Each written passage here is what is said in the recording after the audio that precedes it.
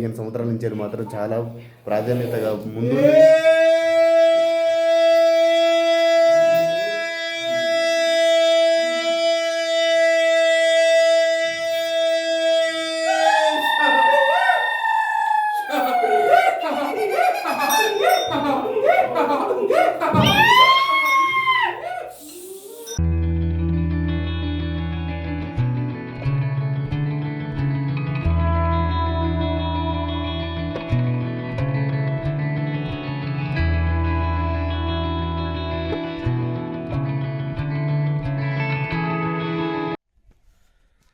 So hi viewers, మనము నిన్న మొన్న 3 రోజుల నుంచి సమ్మక్క సారక్క అనే మనం మేడార జాతరకు రావడం జరిగింది. సో ఇప్పుడు వచ్చింది మాత్రం సారక్క టెంపుల్ అన్నట్టు, సారమ్మ టెంపుల్. సో ఇక్కడ కన్నపల్లిలో ఉంటుంది.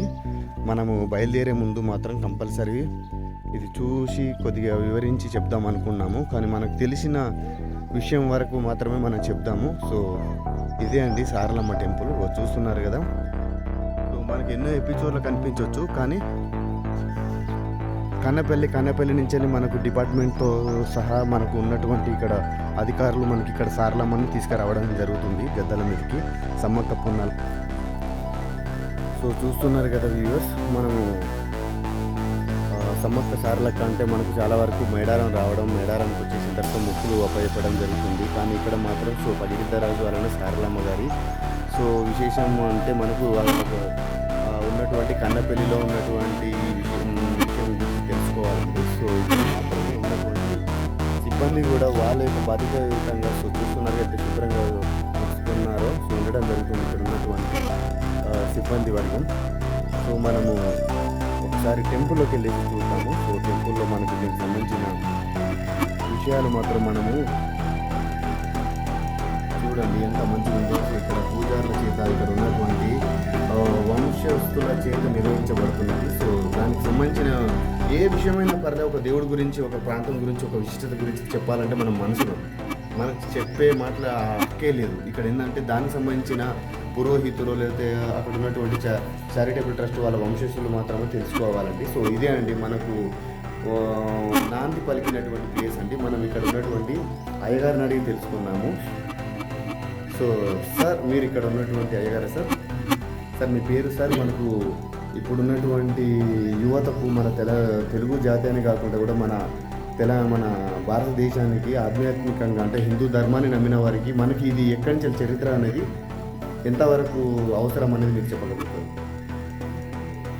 నా పేరు కాకసారయ్య. అంటే చరిత్ర మనకు కొత్తగా రోజు కానీ మా తాతలకు తెలుసు. ప్రస్తుతానికి నేను చేసినప్పటి నుంచి మా నాన్న చెప్పినప్పటి నాకు తెలుసు. మన హిందూ సంప్రదాయం ప్రకారం అన్ని పూజలు ఉంటాయి. కాకపోతే అయ్యగారు వేరు, మేము వేరు. కనుక మా ప్రకారం పూజలు బయటికి మా సంప్రదాయం మొత్తం ఉంటుంది. సో చూస్తున్నారు కదా. సో మనకైతే ఇక్కడ ఉన్నటువంటి ఆదివాసుల చేత అలానే ఇక్కడ ఉన్నటువంటి కొన్ని వర్గాలు ఉంటాయి. సో వాళ్ళ మా కులాలు అయితే మనకు తెలియదు, కానీ నాకు తెలిసిన వారికి అయితే నేను కూడా ఒక వడ్డరి వర్గం వంశస్థుని కాబట్టి మా వడ్డరులు కూడా ఇక్కడ పాలు పంచుకోవడం జరుగుతుంది. మిగిలిన వాళ్ళు నేను తప్పుగా చెప్తే మాత్రం నాకు మాత్రం ఒక మాదిరిగా ఉండదు, దేవుడే ఏదో ఒకటి చూస్తారు. కాబట్టి అలా కాకుండా కూడా మనకి ఇక్కడ ఉన్నటువంటి వాళ్ళ వంశస్థుల చేతనే ఇక్కడ తాత ముత్తాతల నుంచి నిర్వహించబడుతున్నటువంటి మన సమ్మక్క సారలక్క జాతరను విధులను చూస్తున్నారు కదా ఇక్కడ. సార్ ఇది ఏంటి సార్? కొందరు విశేషాల గురించి మీరు చెప్పగలుగుతారా?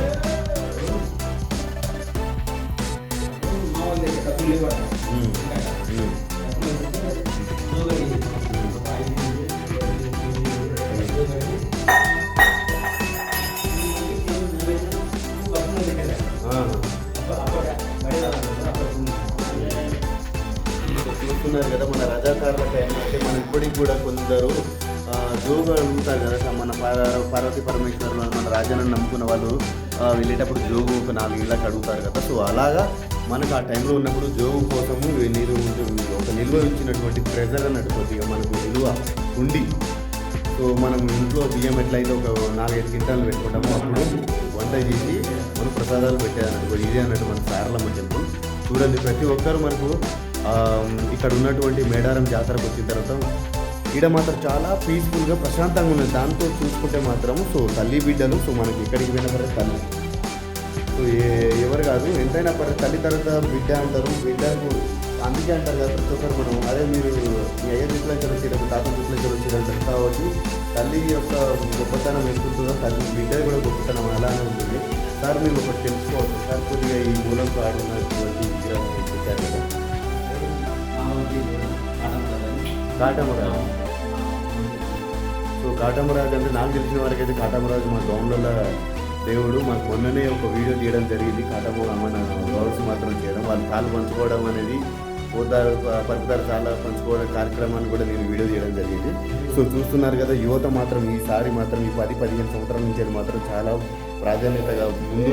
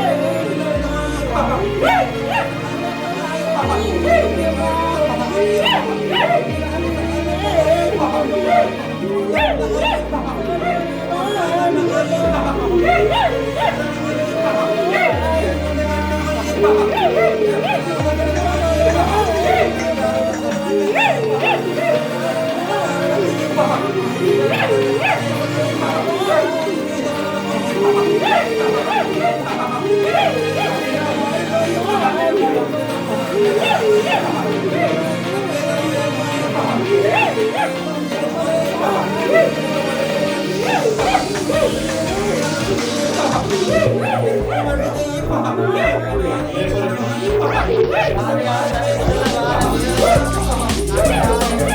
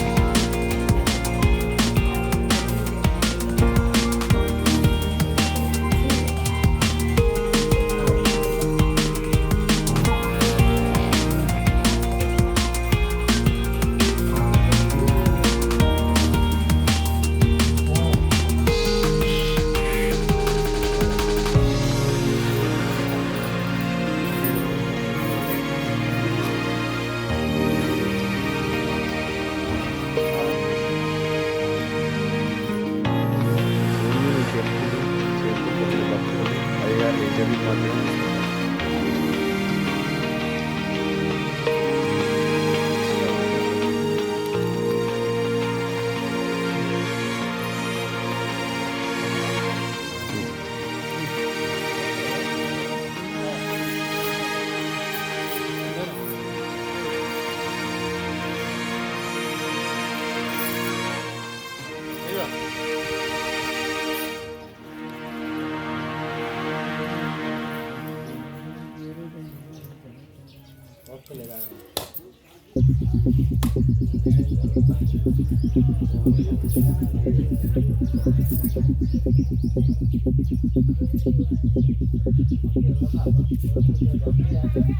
స్వామి.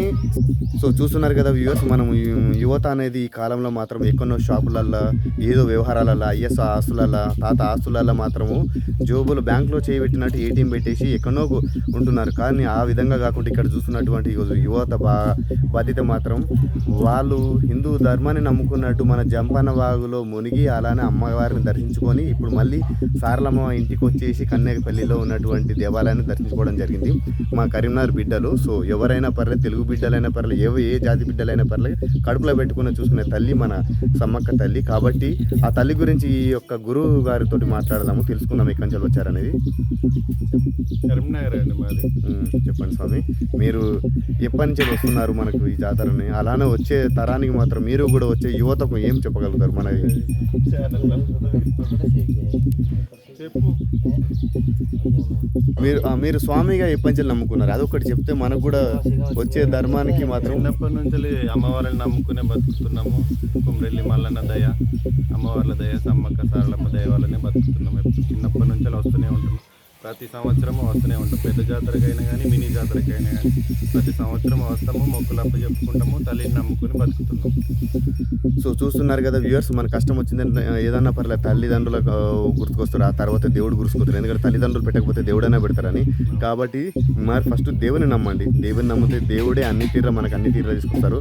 సో ఇక్కడ ఉన్న స్వామి మాత్రం చిన్నప్పటి నుంచి అతనికి మాత్రం ఆ దేవుడు అనేది వరంగా రావడం వల్ల నమ్ముకొని అలానే ఇంకో నలుగురిని పోగు చేసుకొని ఆ నలుగురితోటి నారాయణ అనే మాదిరిగా మనం ఉన్నంత కాలం మనం హిందువుగా ఉండాలి, హిందువుగా బతకాలి, మనం ఒక న్యాయంగా బతకాలని పెద్దవాళ్ళు కూడా సపోర్ట్ చేస్తూ ఆ ధర్మం. సో ఎందుకంటే పెద్దవాళ్ళు ఇచ్చినటువంటి ఈ వంశమే అండి మనకు ఈ ఆస్తులే అండి ఈ హిందూ ధర్మము.